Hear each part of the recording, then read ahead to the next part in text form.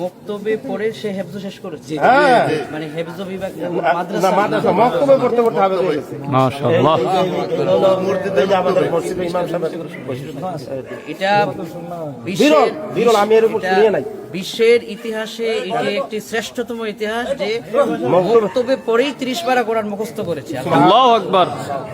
এটা আল্লাহ পাকের কালামে পাকের মুআজিজা। মন্দ ভাগের জন্য এটা একটা সৌভাগ্যের ব্যাপার। বিসমিল্লাহির রহমানির রহিম। আমরা সকালে হাত দিই। আল্লাহুম্মা আল্লিমহুল কিতাবা ওয়াল হিকমাহ ওয়াফাক্কিহহু ফিদ-দীন। আল্লাহুম্মা আমিন। আল্লাহুম্মা আল্লিমহুল কিতাবা ওয়াল হিকমাহ ওয়াফাক্কিহহু ফিদ-দীন। সকলে বলুন আমিন। আমিন।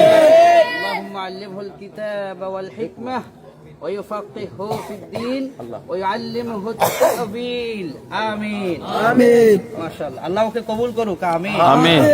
বাংলাদেশ না শুধু বিশ্বের ইতিহাসে মাদ্রাসা ছাড়া 30 পারা কোরআন মুখস্থ করা এই প্রথম দেখলাম। আল্লাহ যেন ওকে যুগের আল্লামা সাইদি বানিয়ে দেয়। আমিন।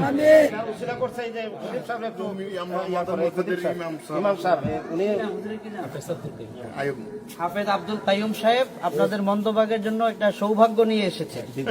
আল্লাহ কবুল করুন। আমিন।